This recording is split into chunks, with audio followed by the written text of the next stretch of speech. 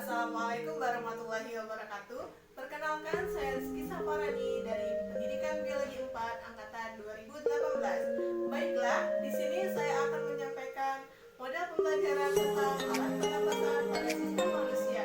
Jangan lupa like, comment, dan subscribe. Baiklah, di sini saya akan menjelaskan tentang model pembelajaran. Model pembelajaran yaitu merupakan seluruh rangkaian pengajian atau materi atau pengajaran bahan yang akan diajar, yaitu meliputi segala sesuatu aspek yang akan diajarkan waktu sesudah dan sebelum pada proses pembelajaran. Baiklah, di sini saya memilih tipe metode pembelajaran dengan metode ceramah, yaitu metode ceramah adalah metode yang digunakan untuk menyampaikan pembelajaran dengan bertujuan agar siswa dapat berinteraksi langsung dengan guru. Dan kedua, yaitu saya memilih metode Based Learning atau PBL, di mana metode ini merupakan metode yang lebih mudah untuk dipahami oleh siswa agar siswa dapat senang atau bahagia dalam melakukan proses pembelajaran. Baiklah, tadi saya sudah menjelaskan tentang model dan metode pembelajaran. Alasan saya memilih metode tersebut karena yang pertama, metode ceramah. Metode ceramah ini bisa digunakan oleh guru dan juga sangat mudah untuk dipahami oleh siswa. Di sini saya memilih materi tentang sistem pernapasan pada manusia.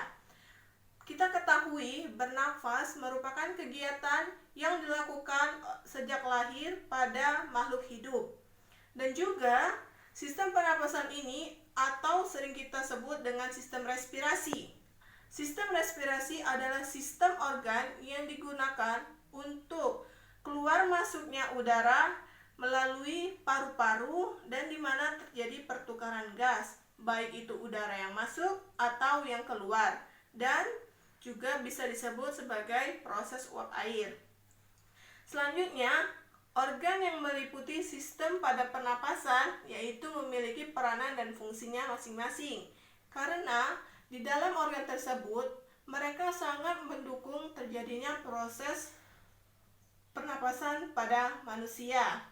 Yang pertama, hidung. Hidung merupakan tempat pertama dari proses pernapasan, di mana udara masuk melalui hidung dan keluar melalui hidung.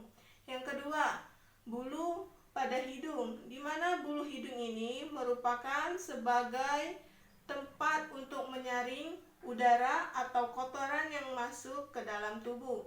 Dengan melewati bulu hidung ini, maka bakteri atau debu-debu yang dari luar akan tersaring dengan adanya bulu hidung. Yang ketiga yaitu sistem saraf. Sistem saraf ini berfungsi sebagai penghantar rangsangan yang diterima dari rongga hidung.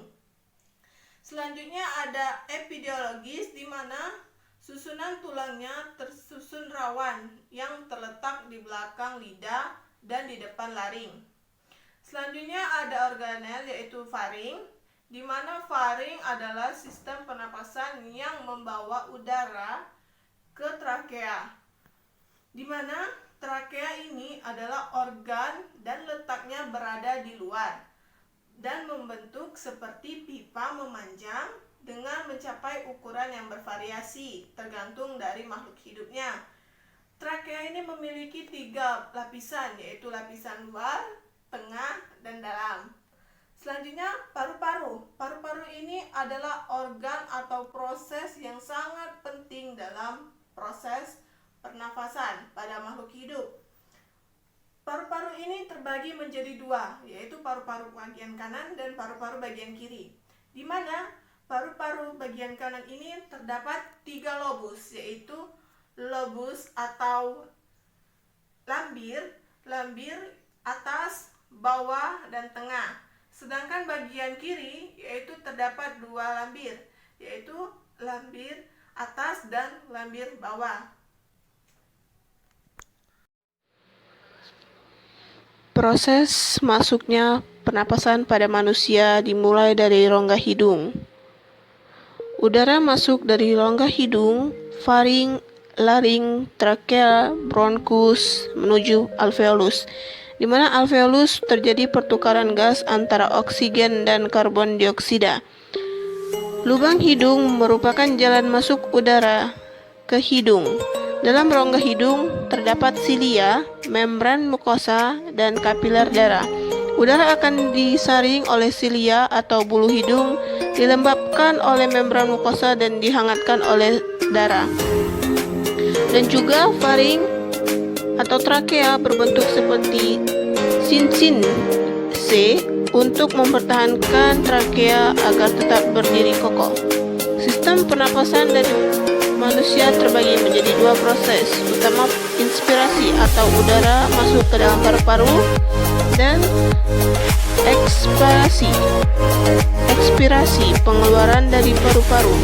Bronkus bercabang-cabang dan membentuk percabangan yang lebih kecil yang dinamakan bronkiolus.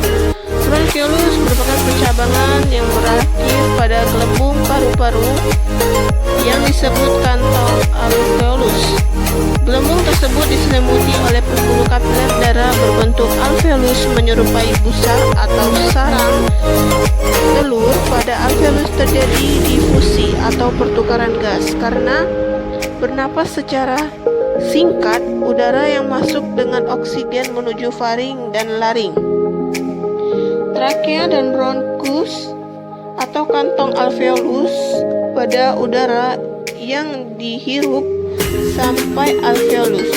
Oksigen melewati dinding kapiler darah. Selanjutnya, darah akan mengalirkan oksigen ke seluruh tubuh. Setelah itu, darah akan membawa karbon dioksida ke alveolus, menuju tenggorokan, lalu menuju ke lubang hidung untuk dilakukan dari dalam.